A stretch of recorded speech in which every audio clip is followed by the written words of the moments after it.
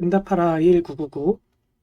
오늘 추억을 해볼 내용은 그때 그 시절 PC통신 그리고 머드 게임입니다. 천리안과 하이텔이 양대 산맥이었었죠. 네, 천리안 접속 화면 기억하실지 모르겠습니다. 이런 화면에서 이제 처음 접속하는 사람들의 경우에는 게스트라고 입력을 하면 됐었고, 이제 아이디가 있었던 사람의 아이디와 패스워드를 입력한 다음에 로그인을 할 수 있었죠. 오른쪽은 이제 하이텔인데 이제 이미 로그인을 했다는 가정하에서 이제 주 메뉴 화면을 이런 식으로 볼 수가 있었습니다. 그때 당시에 집마다 다 컴퓨터가 있었던 시절은 아니었죠. 그래서 그 좋은 컴퓨터, 그 좋은 또 모니터를 갖고 있었던 집들의 경우에는 오른쪽과 같이 컬러풀한 화면을 볼 수 있었다면, 대부분의 컴퓨터에서는 이렇게 흑백에 가까운, 그냥 하얀 건 글씨, 파란색은 배경이구나 하는 그런 화면을 볼 수가 있었습니다. 이런 그 화면에서 그림을 표현하는 것이 이제 어렵기 때문에 지금 화면 왼쪽에 보이는 것과 같이 이거 지금 꽃이거든요. 꽃 알아보셨나요? 이렇게 꽃이 있고 그 다음에 여기 이파리가 있고 여기가 줄기고 이런 식으로 특수 문자들을 사용을 해가지고 그림을 많이 그렸었고, 채팅방 같은 데에서도 채팅이 이때 많이 유행을 했었는데, 그 채팅방에서도 이런 특수 문자들을 사용을 해서 사람들의 표정을 표현한다든지, 아니면은 어떤 그림을 그린다든지, 지금도 사실 댓글 글을 쓸 때 또 혹은 개인톡 같은 거 서로 다이렉트 메시지 같은 거 보낼 때 이모티콘을 쓰잖아요. 그런 문화가 어쩌면 이제 이때부터 생겨났다, 그렇게 볼 수 있을 것 같습니다. 로그인을 했을 때 화면이 이 오른쪽에 예시로 나와 있는 것인데 보시다시피 직접 그 입력을 해야 되는 거예요. 이렇게 클릭을 해가지고 들어가는 게 아니라, 지금 인터넷 뭐 브라우저 이런 거 쓰는 사람들은 이걸 클릭해서 사용하는 거 익숙할 텐데, 지금 마우스 사용이 안 된다고 생각을 하면 되고, 뭐 1번이다 그러면 1 누르고 엔터. 키보드에서 글을 쓰면 여기 밑에 이, 이 커서 부분에서 이제 글씨가 써지는 거죠.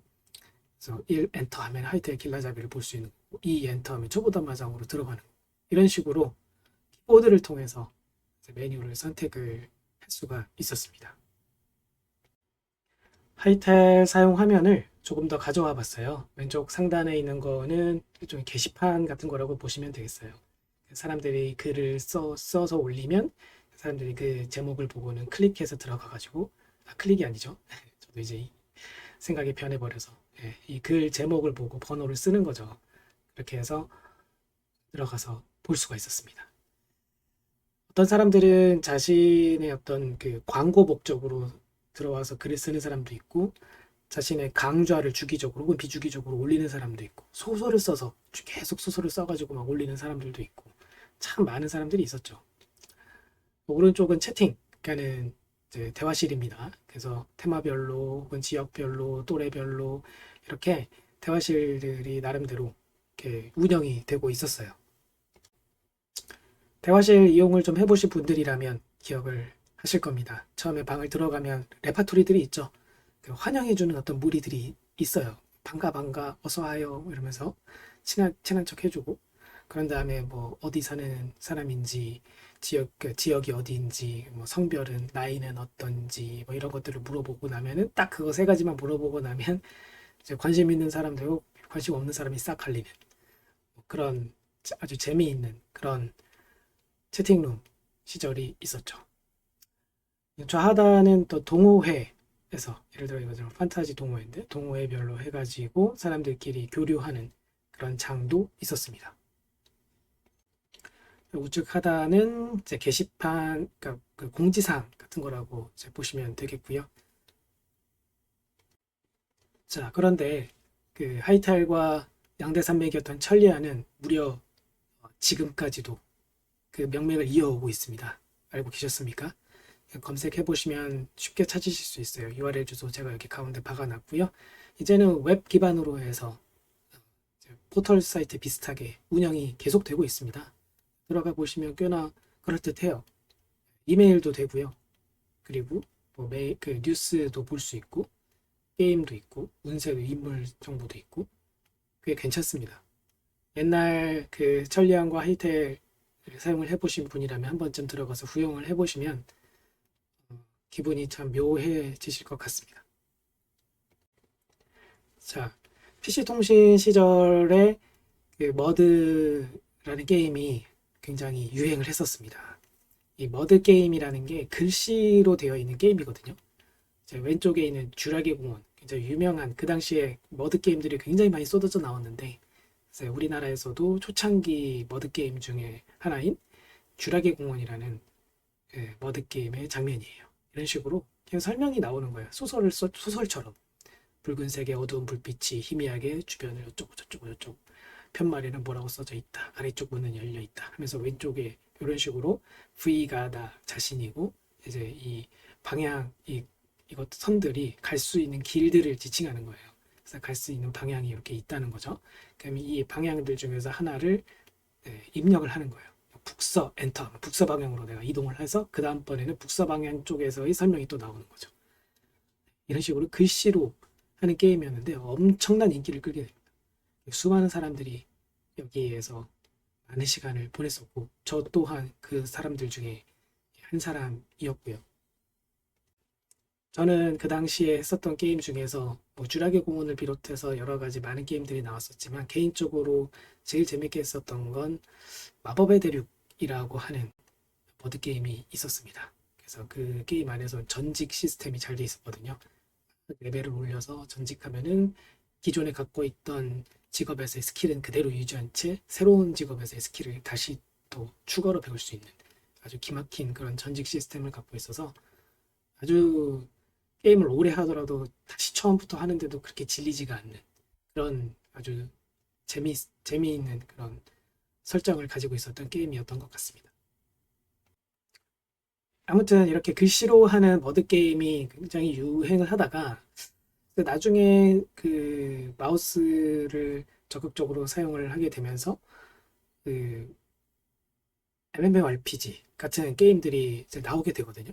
그런데 그 둘 사이에 머드 게임과 소위 말하는 MMORPG 사이에 그 잠깐 그 징검다리처럼 거쳐갔었던 유형의 게임이 있었는데 그걸 그 당시에 머그라고 불렀어요. G가 이제 그래픽 이런 걸 의미하는 단어라고 보시면 되겠어요. 그래서 머그 게임이라고 하는 게 있었고 그 대표적인 게임이 바로 바람의 나라입니다. 그래서 바람의 나라가 이렇게 생겼었고 키보드를 사용을 해가지고 주로 사람들이 게임을 많이 했었고요. 이렇게 글씨로 입력을 하다가 키보드 방향키를 통해서 캐릭터를 움직일 수 있고 이렇게 그래피컬하게 화면이 나오니까 사람들이 얼마나 재밌게 했었겠습니까? 이 당시에 수많은 초등학생들과 그 당시에는 곧 국민학생들이죠. 국민학생들과 그리고 중학생들, 고등학생들 또 많은 또 그 직장인들이 이 바람의 나라 게임에 많이 빠졌던 것 같습니다.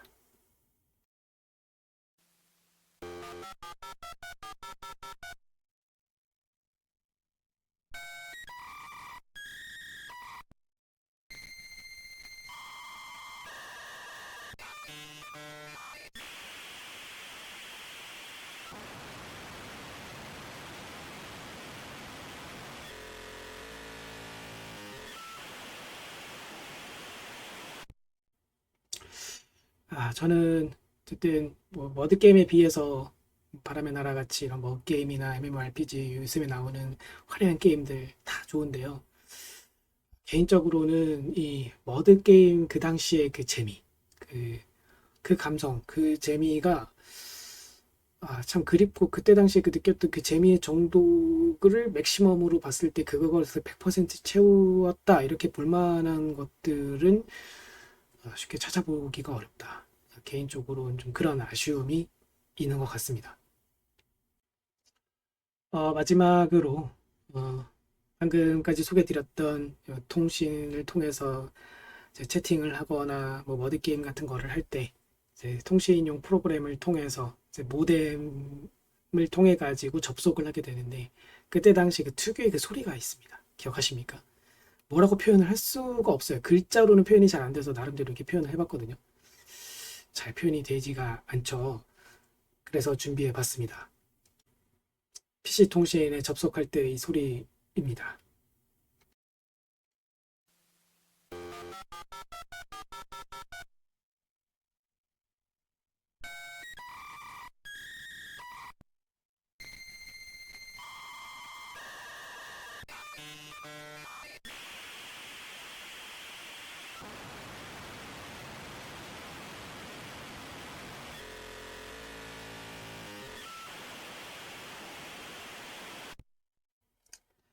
아, 소리 어떠셨나요? 추억 돋는 소리죠. 물론 그 당시에 제가 직접 그 당시 스펙의 모뎀에서 들었던 소리는 조금 더 그 소리가 안 칼진다고 해야 되나요? 좀 그런 소리이긴 했었는데 그 소리와 어쨌든 거의 유사한 소리를 한번 들어보았습니다. 글자로는 표현이 잘 안 되죠. 무슨 비행기 소리 같기도 하고 무슨 기계가 비명을 지르는 소리 같기도 하고 아무튼 그런 소리입니다. 이렇게 그 모뎀을 통해서 PC 통신을 하게 되면은 결국은 전화선을 통해서 통신을 하는 거였기 때문에 결국엔 계속 전화를 하고 있는 셈이죠.